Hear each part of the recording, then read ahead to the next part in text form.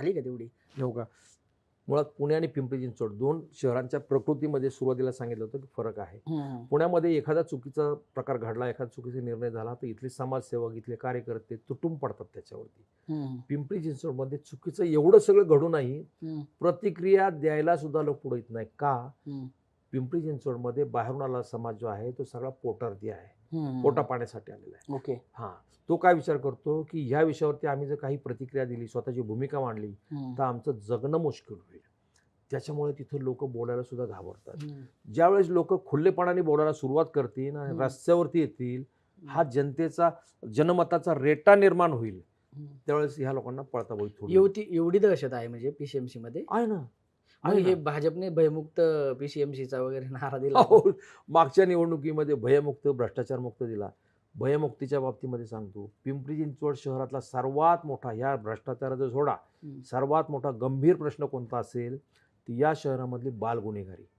या शहरामध्ये बालगुन्हेगारी का? ते 16, 17, 18 वर्षाची पोरं जे आहेत, त्यांनी कुठलाही गुन्हा केला, हं, तर त्याला कुठली गंभीर शिक्षा होत नाही. तो हं, जास्तीत जास्त बाल सुधारगृहात जातो. हं. राज्यकर्त्यांनी अशा लहान मुलांचा वापर करून त्या शहरामध्ये प्रचंड मोठ्या प्रमाणात राज्यकर्त्यांनी म्हणता येईल. राज्यकर्त्यांनी हं, राज्यकर्त्यांनी गुंड पोचले, गुंडांनी हे बारकं पोचली.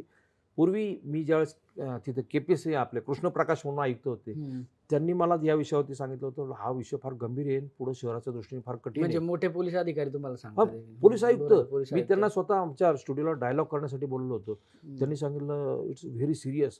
हा तुम्ही विषय चालवला पाहिजे. हं, आता आम्ही चालवतो ठीक आहे.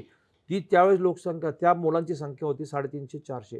हं. आज त्या मुलांची संख्या जवळजवळ 4,500-5,000च्या दरम्यान पोहोचलेली आहे साहेब. बापरे! पोलिसांच्या रेकॉर्डला आत्ताच्या पोलीस आयुक्त विनायक चौबे त्यांनी त्यांच्या रेकॉर्डला 35 राजकीय टोळ्या, हं. राजकीय गुंडांच्या टोळ्या 35 एकट्या पीसीएमसी मध्ये. एकट्या पीसीएमसी मध्ये. बापरे! काय लोक कसे काय पुढे येणार सांगा तुम्ही म्हणजे याच्यामध्ये? ह्या सगळ्या टोळ्यांमध्ये बाल गुन्हेगारांचं प्रमाण त्याच्यात हो. ते 4,500 म्हणतात ते सगळे ह्या 35 ते टोळ्यांमध्ये. 35 टोळे ते सगळे ते ही बगलबच्ची आहेत सगळे. म्हणजे अशा प्रकारे जर तिथलं राजकारण चालत असेल तर कोणत्या दिशेने जाणार? म्हणून शहराचा कडेलोट होऊ शकतो. हे सत्ता बदलाचं आता म्हणजे आपल्याला सुसंस्कृत म्हणायचे पिंपरी चिंचवड सुसंस्कृत आम्ही आतापर्यंत म्हणतो. तुम्ही सांगताय ही आकडेवारी खरंच धक्कादायक आहे. नाही, धक्कादायक आहे, ऑन रेकॉर्ड आहे. मी क्राईम रिपोर्टरची मुलाखत घेतली. दुसऱ्या दिवशी सीपी म्हटले, "अहो हे कशाला डिस्क्लोज केलं तुम्ही?"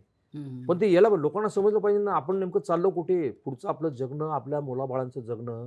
तुमची मुलगी रस्त्याने जाताना ती सुरक्षित घरी परत येईल याची खात्री पाहिजे.